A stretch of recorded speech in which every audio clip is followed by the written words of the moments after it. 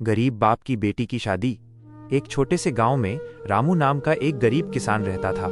उसकी एक ही बेटी थी जिसका नाम पारो था और वो उसे अपनी आंखों का तारा मानता था।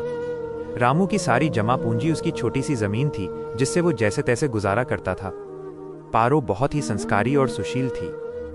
जब वो शादी की उम्र की हुई तो रामू के दिल में एक मीठा दर्द उठने लगा, माइनस उसकी सबसे बड़ी चिंता थी पारो की शादी। चिंता का बोझ।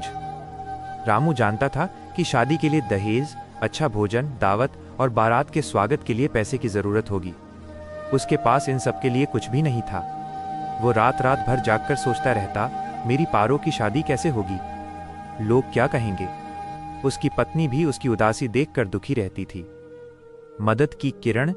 एक दिन गांव के मंदिर में रामू उदास बैठा था। गांव के सबसे समझदार और धनी व्यक्ति सेठ किशन लाल की नजर उस पर पड़ी। सेठ जी ने रामू से उसकी उदासी का कारण पूछा। हिचकिचाते हुए रामू ने अपनी पूरी कहानी सेठ जी को बताई। उसने कहा, सेठ जी, मुझे दहेज का लालच नहीं है, पर मैं बस अपनी बेटी को इज्जत से विदा करना चाहता हूं। मेरे पास 1 रुपया भी नहीं है। सेठ किशन लाल बहुत दयालु थे। उन्होंने रामू की ईमानदारी और अपनी बेटी के लिए उसके प्यार को देखा।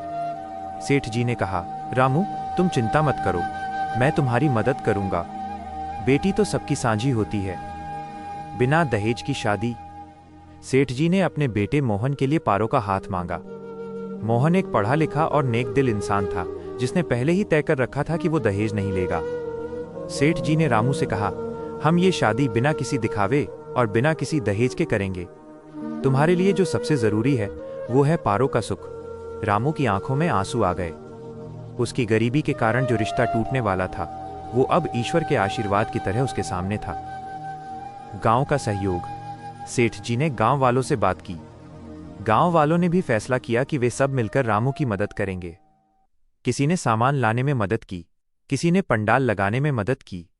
गांव की महिलाओं ने मिलकर खाना बनाने में हाथ बटाया। पूरी शादी सादगी और प्रेम से हुई। वो किसी राजा की शादी से कम नहीं लग रही थी, क्योंकि उसमें धन दौलत की जगह सच्चा स्नेह और आपसी सहयोग था। जब पारो की विदाई हुई तो रामू ने अपनी बेटी को गले लगाया और सेठ किशनलाल के पैरों को छूकर उनका धन्यवाद किया। रामू को समझ आ गया कि दौलत से बड़ी चीज होती है माइनस इंसानियत और सच्चा प्रेम। गरीब होने के बावजूद उसकी बेटी की शादी बड़े ही सम्मान और खुशी से हुई।